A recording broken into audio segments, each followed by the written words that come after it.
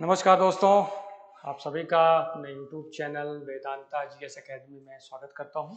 आज हम लोग बात करेंगे भारतीय निर्वाचन आयोग के बारे में कि भारतीय निर्वाचन आयोग का गठन कैसे किया जाता है, वो कार्य कैसे करते हैं और उनकी शक्तियां क्या है।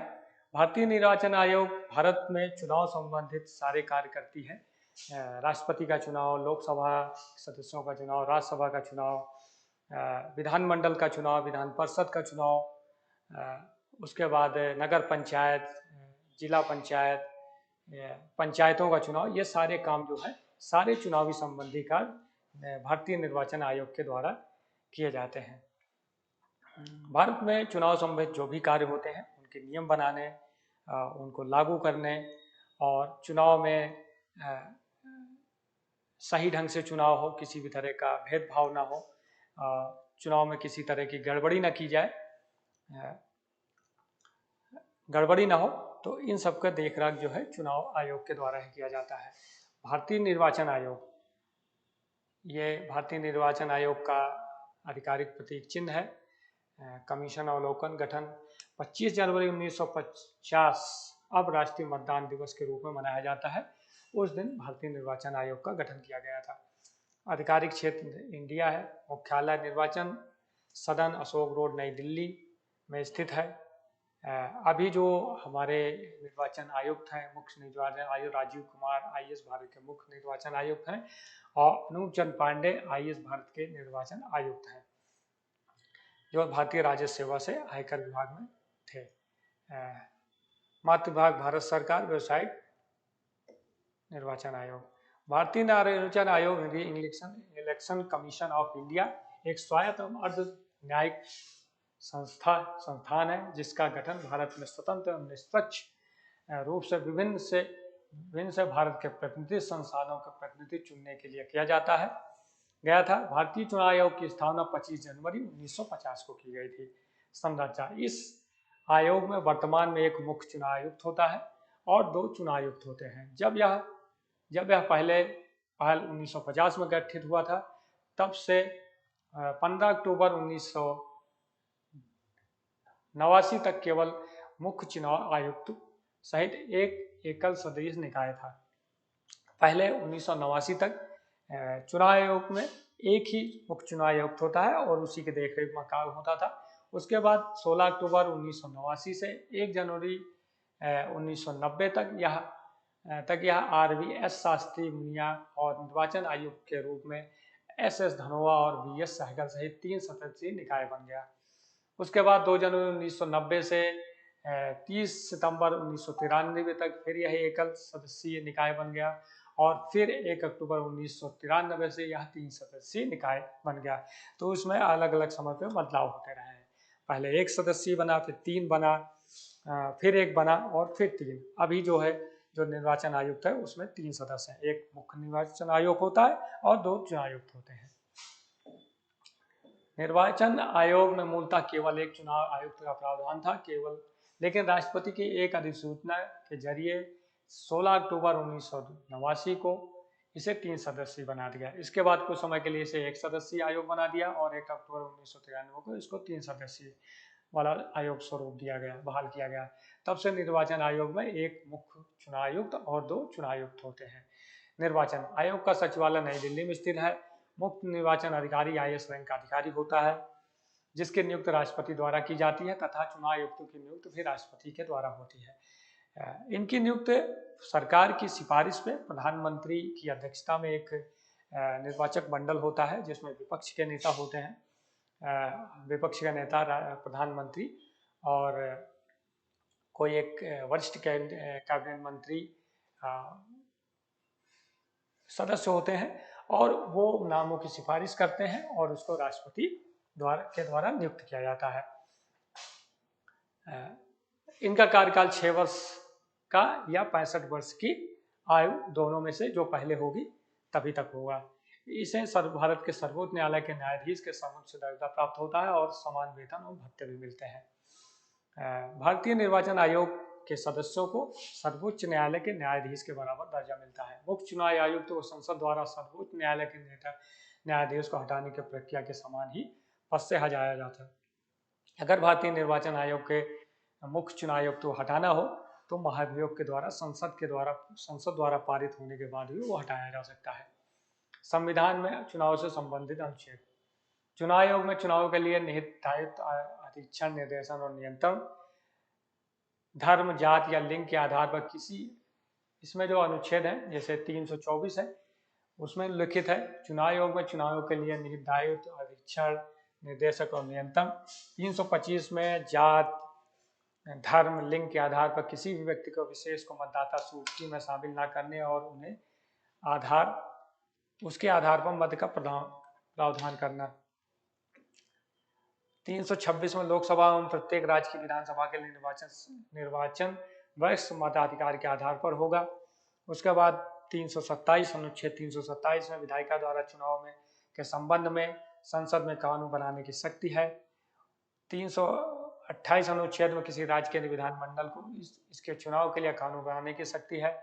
और 329 अनुच्छेद में चुनावी मामले में अदालतों द्वारा हस्तक्षेप करने के लिए बार को शक्ति मिली हुई है। मुख्य चुनाव आयुक्त, चुनाव आयुक्तों की नियुक्ति एवं कार्यविधि। मुख्य चुनाव आयुक्त और अन्य चुनाव आयुक्तों की नियुक्ति भारत का राष्ट्रपति करता है। मुख्य चुनाव आयुक्त का कार्यकाल 6 वर्ष या 65 साल की उम्र जो पहले होगा, अगर वो 65 साल की उम्र पूरा करता है और 3 ही साल का उसका कार्यकाल है, या 59 साल की उम्र में वो चुनाव आयुक्त बना है तो 65 साल तक वो कार्य करेगा, तो ये जो पहले होगा वो माना जाएगा। जबकि अन्य चुनाव आयुक्तों का कार्यकाल 6 वर्ष या आयु 62 साल होती है। जो मुख्य चुनाव आयुक्त होगा उसकी कार्यकाल 6 वर्ष का होगा या 65 साल की उम्र पूरा होने पर खत्म हो जाएगी, और जो चुनाव आयुक्त होंगे उनका कार्यकाल 6 वर्ष का होगा लेकिन उनकी उम्र 62 साल तक ही मानी जाएगी। चुनाव आयुक्त का सम्मान और वेतन भारत के सर्वोच्च न्यायालय के न्यायाधीश के बराबर समान होता है। मुख्य चुनाव आयुक्त को संसद द्वारा महाभियोग के द्वारा ही हटाया जा सकता है। भारत निर्वाचन आयोग के पास विधानसभा, लोकसभा, राज्यसभा और राष्ट्रपति आदि चुनाव से संबंधित सत्ता होती है, जबकि ग्राम पंचायत, नगर पालिका, महानगर परिषद और तहसील एवं जिला परिषद के चुनाव की सत्ता संबंधित राज्य निर्वाचन आयोग के पास होती है, लेकिन देखरेख जो है मुख्य निर्वाचन आयोग ही करता है। निर्वाचन आयोग का कार्य प्रणाली। निर्वाचन आयोग के पास यह दायित्व होता है कि वह निर्वाचन का पर्यवेक्षण करे, निर्देशन करे, आयोजन करवाए और राष्ट्रपति, उपराष्ट्रपति, संसद, राज्य विधानसभा के चुनाव कराता है। निर्वाचन नामावली तैयार करना, मतदाता सूची तैयार करना, राजनीतिक दलों का पंजीकरण करना, जो नए राजनीतिक पंजीकरण कराते हैं उनको देखना, राजनीतिक दलों का पंजीकरण, राजनीतिक दलों का राष्ट्रीय, राज्य स्तर के दलों के रूप में वर्गीकरण, मान्यता देना, दल, निर्दलीय को चुनाव चिन्ह आवंटित करना। मुख्य निर्वाचन आयोग जो है दलों का पंजीकरण करता है, सारे राजनीतिक दलों को चुनाव चिन्ह आवंटित करना, निर्दलीयों को चुनाव आवंटित करना, चुनाव चिन्ह आवंटित करना, ये सब काम करता है। संसद विधायिका की आयोग्यता बदल को छोड़कर पर राष्ट्रपति, उपराज्यपाल को सलाह देना। सांसद और विधायक कोई गलत आचरण करते हैं सिर्फ दल बदल को छोड़ के, तो उसमें वो राष्ट्रपति या राज्यपाल को उसके संबंधित सलाह दे सकता है। गलत निर्वाचन उपायों का उपयोग करने वाले व्यक्ति को निर्वाचन के लिए आयोग घोषित कर सकता है। निर्वाचन आयोग के कार्य। चुनाव आयोग भारत में लोकसभा, राज्यसभा, राज्य विधानसभा और राष्ट्रपति, उपराष्ट्रपति के चुनाव की संपूर्ण प्रक्रिया का निरीक्षण, निर्देशन और नियंत्रण करता है। इसका सबसे महत्वपूर्ण काम आम चुनाव या उपचुनाव कराने के लिए समय समय पर चुनाव कार्यक्रम तय करना होता है। यह निर्वाचन नामावली, वोटर लिस्ट तैयार करता है तथा मतदान पहचान पत्र जारी करता है। यह मतदान और मतदान के केंद्रों के स्थान, मतदाताओं के लिए समय, मतदान केंद्र का तय करना, मतदान एवं मतगणना केंद्रों के सभी प्रकार की आवश्यकता, व्यवस्था और अन्य संबंधी कार्य करता है। यह राजनीतिक दलों को मान्यता प्रदान करता है, उनसे संबंधित विवादों को निपटाने के साथ ही उन्हें चुनाव चिन्ह आवंटित करता है।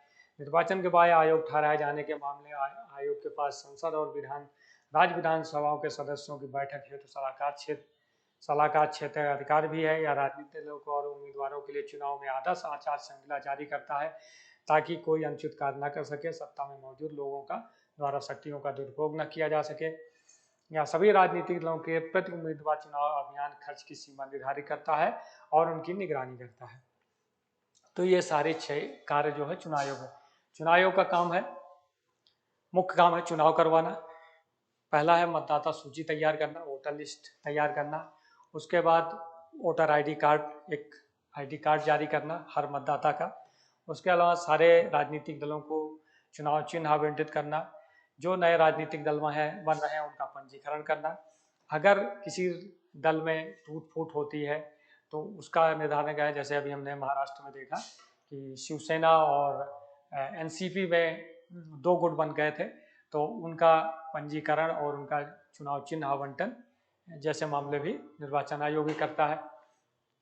चुनाव प्रक्रिया का निर्वहन करना, किसी भी तरह का छल कपट द्वेष और जबरदस्ती मतदान प्रक्रिया को प्रभावित करने वाले कारकों पर नियंत्रण रखना, जिससे चुनाव शांतिपूर्ण संपन्न हो।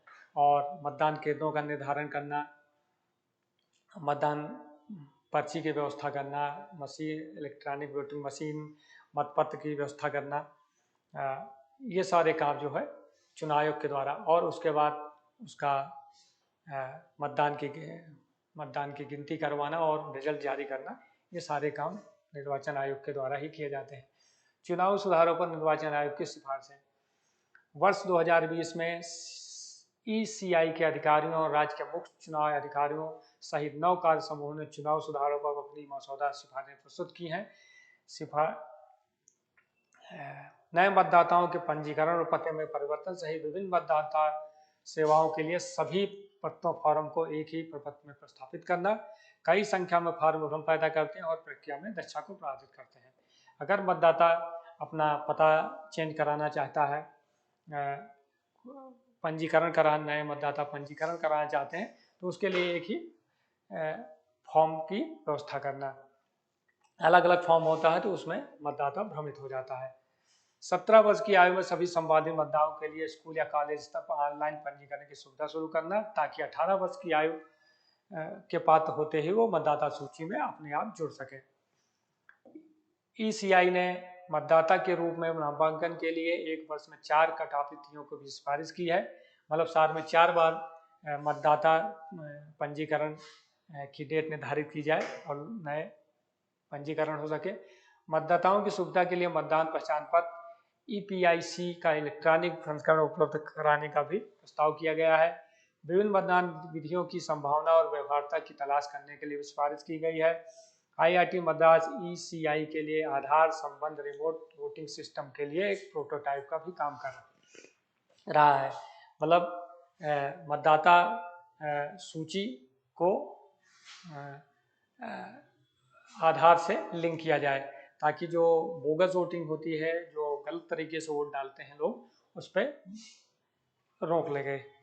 तो इस पे IIT मद्रास काम कर रहा है। राजनीतिक दलों के लिए की गई सिफारिशों में उम्मीदवारों के ऑनलाइन नामांकन और पार्टियों द्वारा अनुमत खर्च की एक सीमा तय करना शामिल था। वर्तमान में व्यक्तिगत उम्मीदवारों को चुनाव प्रचार पर सीमित खर्च की अनुमति है। एक अन्य सिफारिश में सोशल मीडिया और प्रिंट मीडिया पर मतदान से पहले 48 घंटे की मौन एवं साइलेंस पीरियड ऑफ 48 आवर्स लगाने की थी। मतदान से पहले पिछले 48 घंटे में इलेक्ट्रॉनिक मीडिया पर प्रचार करना फिलहाल प्रतिबंधित है। तो ये सारी सिफारिशें चुनाव आयोग ने की है। निर्वाचन आयोग की शक्तियां। सर्वोच्च न्यायालय के निर्णय अनुसार अनुच्छेद 324/1 में निर्वाचन आयोग की शक्तियां कार्यपालिका द्वारा नियंत्रित नहीं हो सकती। उसकी शक्तियां केवल उन निर्वाचन संबंधी वैधानिक उपायों तथा संसद में निर्मित निर्वाचन विधियों से नियंत्रित होती है। निर्वाचन का पर्यवेक्षण, निर्देशन, नियंत्रण तथा आयोजन करवाने की शक्ति में देश में मुक्त एवं निष्पक्ष चुनाव आयोजित करवाना भी निहित है। जहां कहीं संसद विधि निर्वाचन के संबंध में मौन है, वहां निष्पक्ष चुनाव करवाने के लिए निर्वाचन आयोग असीमित शक्तियां रखता है तथा प्राकृतिक न्याय विधि का शासन तथा उसके द्वारा शक्ति का सदुपयोग होना चाहिए। निर्वाचन आयोग विधायक का निर्मित विधि का उल्लंघन नहीं कर सकता और न ही यह स्वेच्छापूर्ण कार्य कर सकता है। इसके निर्णय न्यायिक पुनरीक्षण के पात्र हैं। अगर निर्वाचन आयोग से कहीं कोई गलती हो जाती है तो वो न्यायालय में उस संबंधित न्यायालय विचार कर सकता है। यह आयोग चुनाव का कार्यक्रम निर्धारित कर सकता है। चुनाव चिन्ह आवंटित करने तथा निष्पक्ष चुनाव करवाने के लिए निर्देश देने की शक्ति रखता है। सुप्रीम कोर्ट ने भी उसकी शक्तियों की व्याख्या करते हुए कहा कि वह एकमात्र अधिकरण है जो चुनाव कार्यक्रम निर्धारित करे, चुनाव करवाना केवल उसी का कार्य है। जनप्रतिनिधि एक्ट 1991 के अनुसार 14-15 अनुच्छेद 14-15 में राष्ट्रपति राज्यपाल को निर्वाचन अधिसूचना जारी करने का अधिकार निर्वाचन आयोग की सलाह के अनुरूप ही जारी करने का अधिकार है। तो ये सारे शक्तियां चुनाव आयोग को हैं। भारत में निर्वाचन सुधार, चुनाव सुधार निम्न चरणों के माध्यम से। प्रथम चरण 1950 से 1996, मतदान की आयु 18 वर्ष निर्धारित 61वें संविधान संशोधन के द्वारा। उसके अलावा फोटो युक्त पहचान पत्र जारी करना, ईवीएम का प्रचलन, 2 से अधिक निर्वाचन क्षेत्रों में चुनाव लड़ने पर पाबंदी, उम्मीदवारों की डेथ पर चुनाव कैंसिल नहीं होगा। तो ये सब चीजें 1950 से 1996 के बीच में ये सब चीजें हुई हैं। 2 चरण 1996 से 2000, राष्ट्रपति उपराष्ट्रपति के चुनाव में क्रमशः 50-50-20-20 अनुमोदक व प्रस्तावक होने आवश्यक है। उसके पहले जो है इसकी आवश्यकता नहीं होती थी। जमानत धन 15,000 रुपये तय की गई। 1996 में पोस्टल बैलेट की शुरुआत की गई। जैसे हमारे जो अर्धसैनिक बल हैं और भी बहुत सारी सेवाएं हैं जो बाहर रहते हैं, तो वो मतदान प्रक्रिया में भाग लें, तो पोस्टल बैलेट की शुरुआत की गई। तृतीय चरण 2000 से अब तक वीवीपैट मशीन, जो वोट डालते हैं, एक मशीन वो होती है जिसमें वोट डालते हैं और एक होती है जो पर्ची निकलती है कि किस पे आपने वोट डाला है। तो उसकी शुरुआत प्रॉक्सी मतदान, एग्जिट पोल प्रतिबंध, नोटा का प्रावधान, अगर किसी को जितने चुनाव लड़ रहे हैं लोग, अगर उनमें से कोई पसंद नहीं आता है तो आप नोटा का इस्तेमाल कर सकते हैं, मतलब किसी को वोट नहीं देना है, ये कोई काबिल नहीं है। तो नोटा का प्रावधान। 25 जनवरी राष्ट्रीय मतदाता दिवस मनाया जाता है क्योंकि 25 जनवरी 1950 को निर्वाचन आयोग का गठन किया गया था। 2000 से ज़्यादा चुनाव खर्च पर निर्वाचन आयोग को जानकारी देना। अगर कोई प्रत्याशी 20,000 से ज़्यादा किसी मत में खर्चा करता है तो उसको निर्वाचन आयोग को बताना होगा। पिंक बूथ, औरतों के लिए, महिलाओं के लिए, महिलाओं को चुनावी गतिविधियों में ज़्यादा से ज़्यादा भाग लें, उनको प्रोत्साहन करने के लिए पिंक बूथ की स्थापना की गई। जीपीएस आधारित ईवीएम, ईवीएम कहीं गलत हाथों में न चली जाए या उसमें कोई छेड़छाड़ ना हो, तो उसमें जीपीएस सिस्टम लगाया गया है ताकि वो कहीं अगर मूव करती है तो चुनाव आयोग को पता लग जाएगा। सी विजिल ऐप 100 मिनिमम विवाद निपटाने हेतु। अधिनियम संशोधन 1988 में इस प्रकार के संशोधन किए गए हैं। इलेक्ट्रॉनिक मतदान मशीन का प्रयोग किया जा सकेगा। वर्ष 2004 के लोकसभा चुनाव में इनका सर्वत्र प्रयोग हुआ तथा 2014 के बाद लगातार मतदान में इनका प्रयोग होता आ रहा है। राजनीतिक दलों का निर्वाचन आयोग के पास अनिवार्य पंजीकरण करवाना आवश्यक होगा। यदि वह चुनाव लड़ना चाहे तो कोई भी दल तभी पंजीकृत हुआ जब वह संविधान के मौलिक सिद्धांतों का पालन करे तथा उनका समावेश अपने दलीय संविधान में करे। मतदान केंद्र पर कब्जा एवं जाली मत, अगर कोई ऐसा करता है तो उसके ऊपर कानूनी कार्रवाई हो सकती है। निर्वाचन आयोग के समक्ष प्रमुख चुनौतियां। वर्षों से राजनीति में हिंसा और चुनावी दुर्भावनाओं के साथ कालेधन और अपराध तत्वों का बोलबाला बढ़ा है। इसके परिणाम स्वरूप राजनीति पर अपराधीकरण हुआ है। इससे निपटने में निर्वाचन आयोग के लिए एक बड़ी चुनौती है। चुनाव में धन बल, बाहुबल, काले धन का प्रयोग, जोर जबरदस्ती, ये सब चीज़ें होती हैं जिससे कमज़ोर वर्ग के लोग, कमज़ोर वर्ग के मतदाता इससे प्रभावित होते हैं। पैसों का चलन, मतदाताओं को प्रभावित करने के लिए नई नई जो है पैसा बांटना, शराब बांटना, साड़ी, मतलब चीज़ें बांटना मुफ्त में और उनको प्रभावित करना, इस पर प्रभावी रोक अभी तक पूरी तरह से नहीं लगी है। ये भी एक वो है। राज्य की सरकारों द्वारा सत्ता का बड़े पैमाने पर दुरुपयोग किया जाता है, जिससे तहत कई बार चुनाव में पहले बड़े पैमाने पर पूर्ण पद तैनात योग्य अधिकारियों का स्थानांतरण कर दिया जाता है। कहीं भी किसी राज्य में चुनाव होता है तो जो राज्य सरकार होती है वो अपने मनपसंद के अधिकारियों को तैनात करती है, तो जिससे चुनाव आयोग को उसको स्थानांतरित करना पड़ता है। या सरकार को ऐसा लगता है कि ये अधिकारी हमारे फेवर में नहीं है तो उसका तबादला कर देती है। तो ये भी एक चुनौती है। चुनाव के लिए सरकारी वाहनों और भवनों का उपयोग कर निर्वाचन आयोग की आदर्श आचरण श्रृंखला का उल्लंघन किया जाता है। निर्वाचन आयोग के पास राजनीतिक दलों को विनियमित करने के लिए पर्याप्त शक्तियां नहीं हैं। ये सब चुनौतियां हैं जो चुनाव आयोग के सामने हैं। और अभी जैसे हम देखते हैं कि हर चुनाव के बाद इलेक्ट्रॉनिक वोटिंग मशीन पे जो भी राजनीतिक दल हारता है किसी भी राज्य में, तो वो उस पर सवाल उठा देता है कि इसको टेम्पर्ड किया गया है या इसमें इसको गलत तरीके से वोटिंग हुई है। तो ये सब चीज़ें भी चुनाव आयोग के ऊपर अपेक्ष लगते रहते हैं। और चुनाव में धन बल बाहुबल वोटों को प्रभावित करने के लिए फ्री की चीज़ें बांटना, पैसे का लेन देन, ये सब चीज़ें हैं जो चुनाव आयोग के समक्ष चुनौतियां हैं। किसी राजनीतिक दल के आंतरिक लोकतंत्र पार्टी के लिए वित्तीय विनियमन को सुनिश्चित करने की कोई भी शक्ति निर्वाचन आयोग के पास नहीं है। हालिया वर्षों में निर्वाचन आयोग की निष्पक्षता पर सवाल खड़े होने लगे हैं और यह धारा जोड़ पकड़ रही है कि चुनाव आयोग कार्यपालक के दबाव में काम कर रहा है। मुख्य चुनाव आयुक्त और अन्य 2 आयुक्तों के चुनाव में प्रमुख संस्थागत कमियों में से एक कम पारदर्शिता का होना, क्योंकि इसका चयन मौजूदा सरकार की पसंद पर आधारित होता है। क्योंकि इसमें मंत्रिपरिषद, प्रधानमंत्री और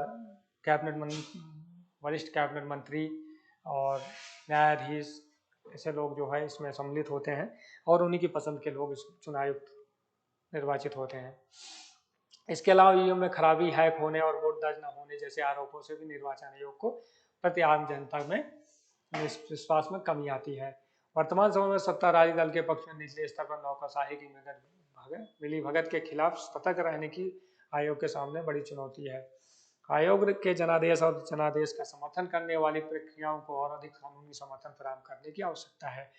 नैतिकता सुनिश्चित करने के लिए आवश्यकता है कि सक्षम और योग्य व्यक्ति उच्च पदों पर इसका दायित्व संभालें। निर्वाचन आयोग को निष्पक्ष एवं सुनिश्चित करने के लिए द्वितीय प्रशासनिक सुधार आयोग की रिपोर्ट में सिफारिश की गई थी कि लोकसभा अध्यक्ष, लोकसभा में विपक्ष के नेता, कानून मंत्री और राज्यसभा के उपाध्यक्ष के साथ प्रधानमंत्री या अध्यक्ष में बना कॉलेजियम मुख्य चुनाव आयुक्त और चुनाव आयुक्तों की नियुक्ति के लिए राष्ट्रपति के समक्ष नाम का प्रस्ताव करें। तो ये एक प्रस्ताव किया गया था कि ये सब मिलके ऐसे योग्य व्यक्तियों का चुनाव करें जो चुनाव आयुक्त और मुख्य चुनाव आयुक्त और चुनाव आयुक्त पे उनकी नियुक्ति हो सके। तो ये सारी चुनौतियां हैं चुनाव आयोग के सामने, जिसमें अलग अलग समय पे चुनाव आयोग और सरकारें या जो भी आयोग गठित होते हैं प्रशासनिक सुधारों के लिए वो लोग अपनी सिफारिशें करते रहते हैं। उसके बाद भी अपने 70-75 साल के आज़ादी के बाद से लगातार चुनाव आयोग अपने देश में चुनाव करवा रहा है। हजारों हजार की संख्या में चुनाव हो चुके हैं अभी तक, राष्ट्रपति, उपराष्ट्रपति, लोकसभा, राज्यसभा, विधानमंडल दल और जो निचले स्तर के चुनाव होते हैं सभी भारतीय निर्वाचन आयोग की देखरेख में होते हैं। और एक बहुत बड़ी मशीनरी इसके अंदर में काम करती है। और आचार संहिता के लागू होने के बाद चुनाव आयोग सर्वे सर्वा होता है प्रशासन में, ट्रांसफर, पोस्टिंग से लेकर सारी कानून व्यवस्था तक सारी चीज़ें चुनाव आयोग के, भारत निर्वाचन आयोग के अधीन हो जाती हैं। तो आज के लिए इतना ही।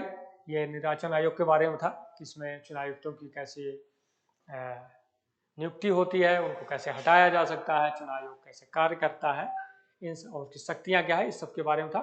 तो आज के लिए इतना ही। ये मेरा यूट्यूब चैनल है वेदांता जीएस अकेडमी। आप लोग इसको ज़्यादा से ज़्यादा लाइक करें, सब्सक्राइब करें, शेयर करें। धन्यवाद। जय हिंद।